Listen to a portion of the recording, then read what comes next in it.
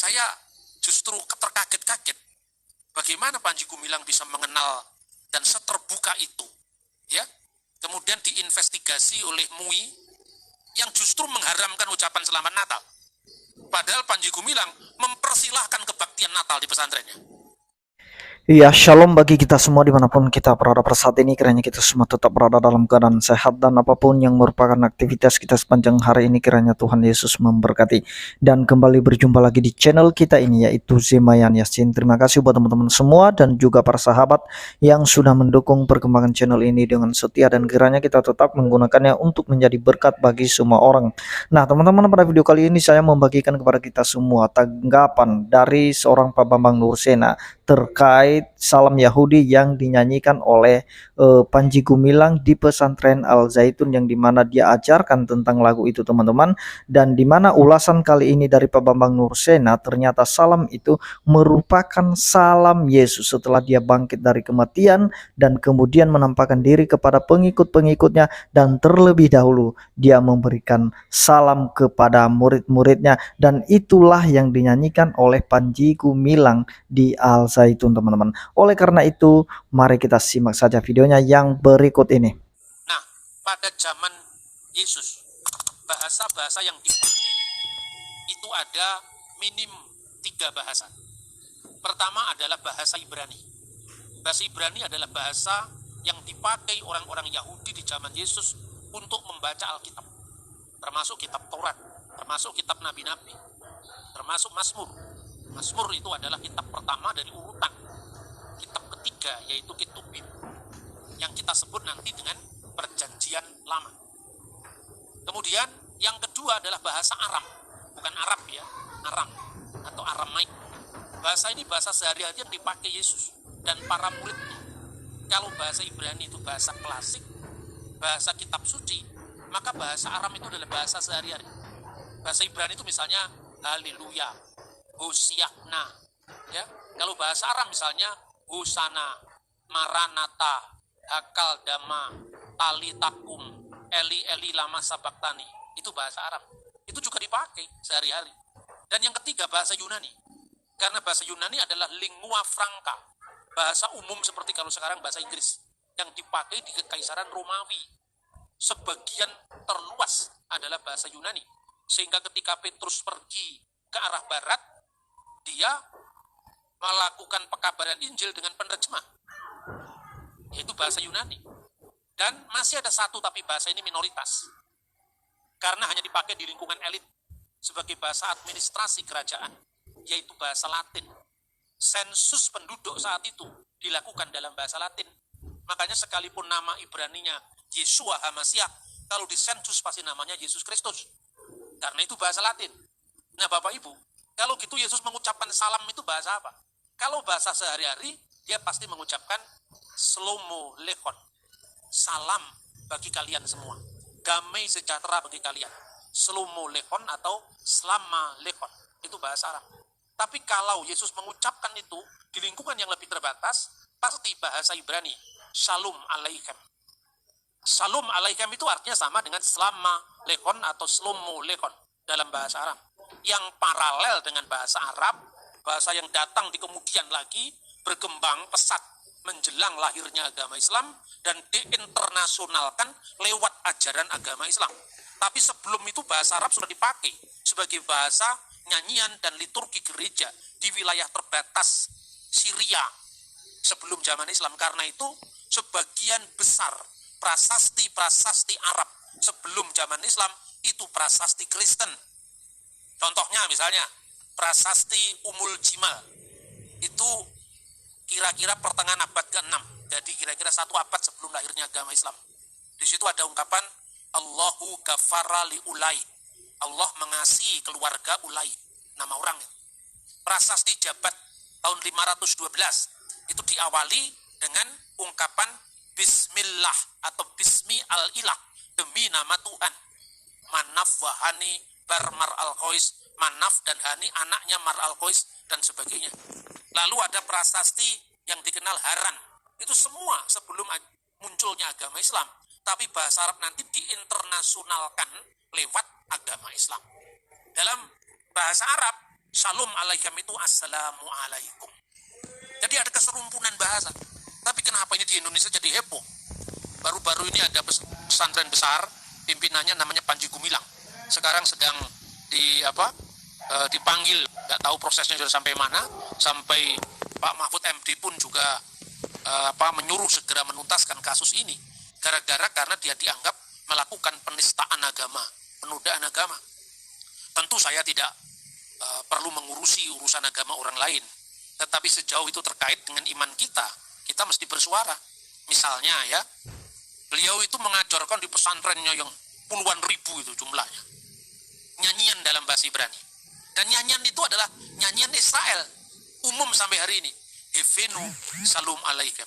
Havenu itu artinya kami membawa shalom, damai sejahtera, alaikum. Ini salamnya Yesus yang diucapkan ketika Yesus baru bangkit kepada para murid. Havenu Shalom alaikum. Havenu Shalom alaikum. Havenu Shalom alaikum. Havenu Shalom, Shalom, Shalom alaikum. Panji Gumilang sendiri mengajarkan itu dan semua pesantren itu, anggota pesantren itu mengucapkan Havenu Shalom alaikum. Itu luar biasa loh. Itu nyanyian Israel dan itu adalah nyanyian gereja juga. Karena apa? Yesus itu orang Yahudi. 12 murid orang Yahudi. 70 murid Yesus sebagian besar orang Yahudi. Dan gereja itu mula-mula berakar pada kitab berbahasa Ibrani, yaitu kitab Perjanjian Lama. Yahudi juga. Nah saudara-saudara, memang sulit ya. Karena di Indonesia kebanyakan orang Arabnya, orang Islamnya lebih Arab ketimbang orang Arab. Sementara orang Kristennya lupa akar.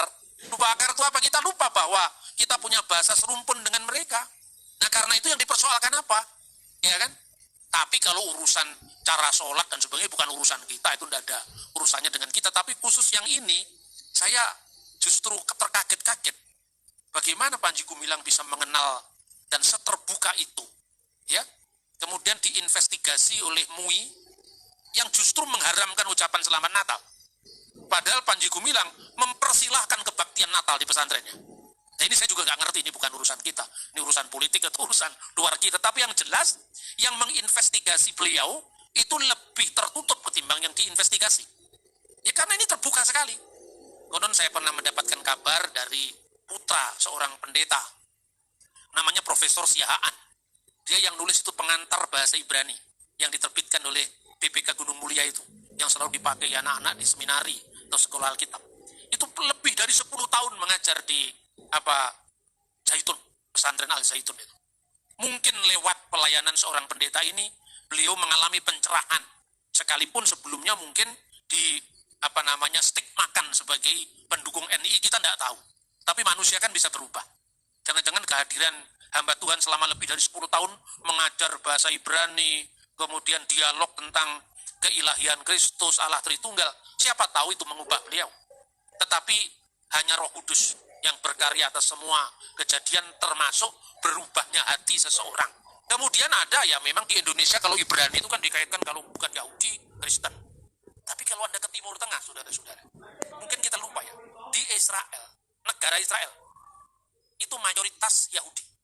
Tetapi lebih dari kira-kira 18% itu orang-orang Arab Islam. Sisanya itu baru Kristen. Ini di Israel, jadi Kristen itu minoritas di negara Israel. Nah sekarang apakah orang-orang Islam yang ada di Israel itu punya Quran bahasa Ibrani? Ada sekarang ini kira-kira ada 4 atau 5 terjemahan Quran. Nah dalam Quran sendiri, Al-Quran bahasa Ibrani, Quran Hamifwar, itu ada terjemahan yang cukup tua tahun 46 yang dilakukan oleh kakeknya Presiden Israel yang kemarin, yang sekarang sudah ganti, yaitu Yuval Rivlin namanya.